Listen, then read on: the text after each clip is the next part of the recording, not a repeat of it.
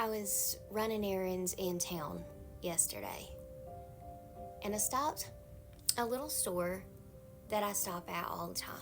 I got up early before work. I had some stuff come up that I had to go do, and I'm just sort of getting to where I'm going. Well, in this store, there's a woman that works there, and I got to speak over her one time. And the Lord asked me to walk up to her, sight unseen, and she began to cry, and the Lord's just so sweet that way. Well, on my way out, I don't realize that she remembers that because it's been about 1.5 years since I saw her. And she asked me if, as I was leaving, she told me that the store was closing, first of all. And then she asked me a question. She asked me like it was like a clergy question. And I remember it was funny because one of the things that the Lord had given me to say to her, I remember it, was I was texting my friends, "What is this song?" Because that was what I was supposed to say to her, partly. And I hadn't thought about that song much, but that morning before I got up to leave, I couldn't stop singing that song when I ran into her. And you know what it reminded me of is how God loves his people. Like, the Lord loves this woman. I think about her when I pass that store. I don't think about it all the time, but when I pass that store, I do.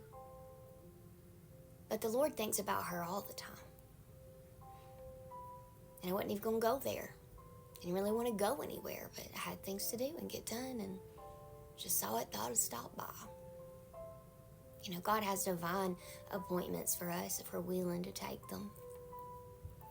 And I just wanted to come and tell you today, maybe that don't happen to you a lot. Maybe you are someone that feels that God don't speak to you, and maybe you just hadn't learned to notice it yet, and that's totally normal. Maybe you're someone and you say, I wish somebody'd just come up to me somewhere. But for every one of you, there's someone out there like me who's struggling with what's the name of that song. And I've been doing this a long time, so it wasn't a matter of nerves or looking silly or, her thinking I was nutty. It's none of that. It don't come with a job anymore after 20 years. But in the beginning, it does. In the beginning, you're sitting here going, God, I'm not going to say that. God, I'm not going to say that because that sounds crazy. And I'm just going to go up there, and then not only am I going to make me look bad, but worse, I'm going to make you sound crazy. And that's the way we think. Do you know the types of things people ask God are so weird? Now, I know, like, asking for signs isn't my favorite thing to do, but a lot of people do that. And I understand it comes from a space of they're having trouble with clarity, or they're having trouble knowing it's God. I've done that before. And a lot of times people pick this really silly thing. And there's been many times, many times, when God asked me to go up to someone and say the weird thing, like they say on a certain app, say the weird thing, they say. And honestly, it's always the weird word that is so fully God that I am blown away by who he is.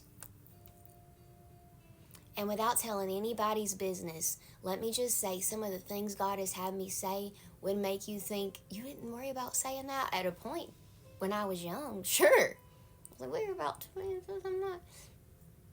But it's the weird words that taught me to trust the voice of the Lord. My sheep know me, and they know my voice, and they follow my voice. They know me. And sometimes it's going to sound weird, and sometimes it's going to be weirder than you wish it was. But if we're all doing our job, right?